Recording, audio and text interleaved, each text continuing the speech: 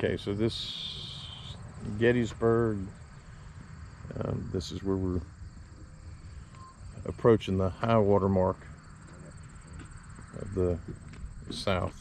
Oh, y'all can be in the...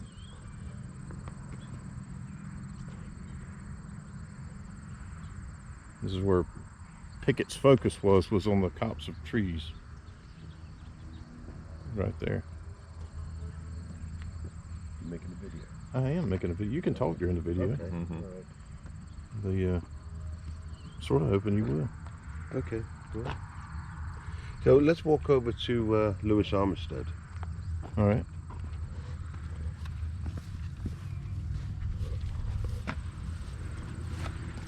So our tour guide is the Irishman.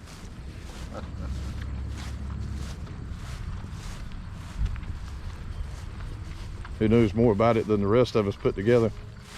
He at least forgot more about it than the rest of us. He's forgotten more about it than the rest of us have ever known.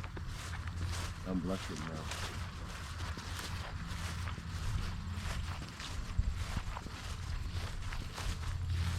Okay, so Lewis Armistead arrives at the stone wall here, and you got the 27th Pennsylvania. And basically now we're getting into some heavy hand-to-hand fighting. We're firing canister here, double shot, straight into the wall. Okay, Union soldiers are laying dead all over this battlefield.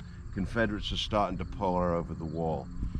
It's starting to falter because of Orlando Cushion's battery here, and they're doing, while the men are still able to man the guns at this point, they're loading double canister, and that's just devastating the Confederate ranks. Lewis Armistead takes out his saber, sticks his hat on the end of the saber, and he says, "With me," and up and over the wall he comes, and his soldiers start to follow him. He comes right here.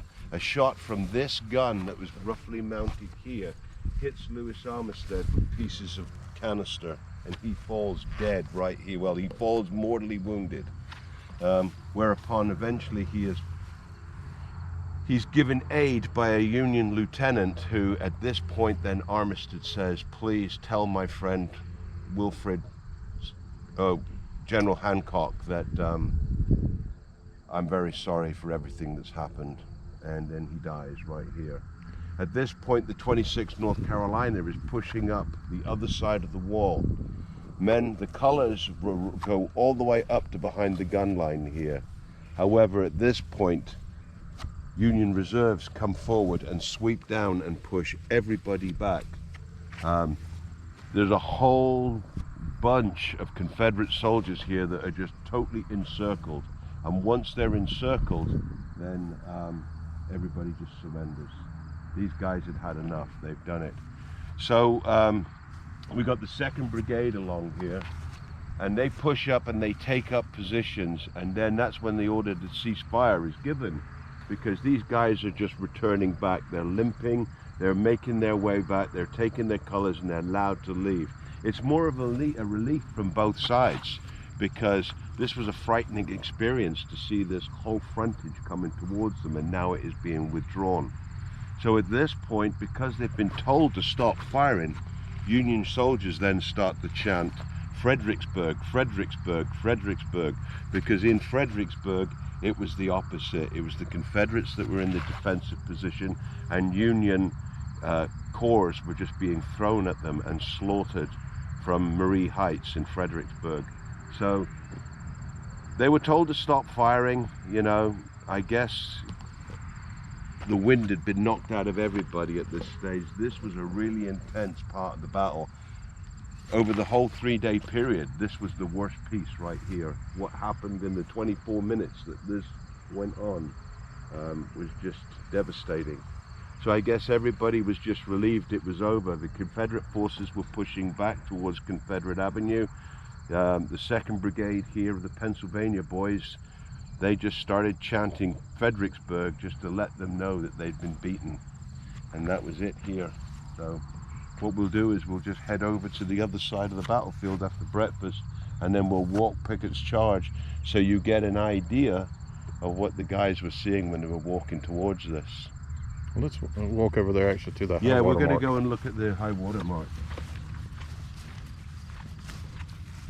So Orlando Cushion died here. And he was manning the gun single-handedly and firing it. And could have been his gun, I'm not sure, but Louis Armistead had got that close. Yep. And now we've got the high water mark of the 26th North Carolina.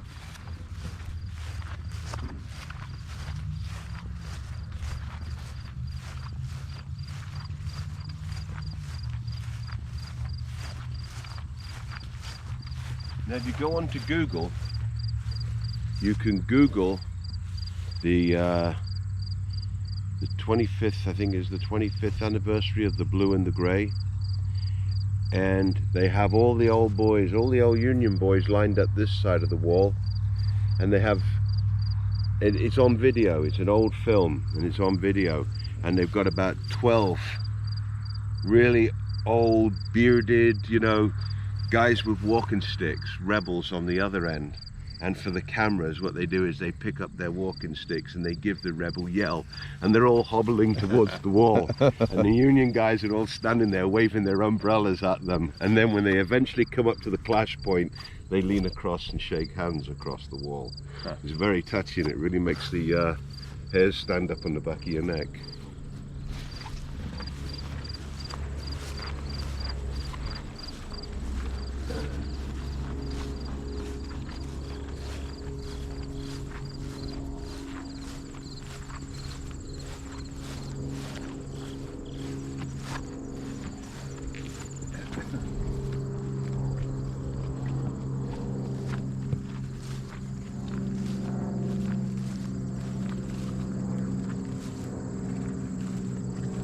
So we dealt with the 26th North Carolina on the first day we got here. 904 men they brought to the battlefield on day one.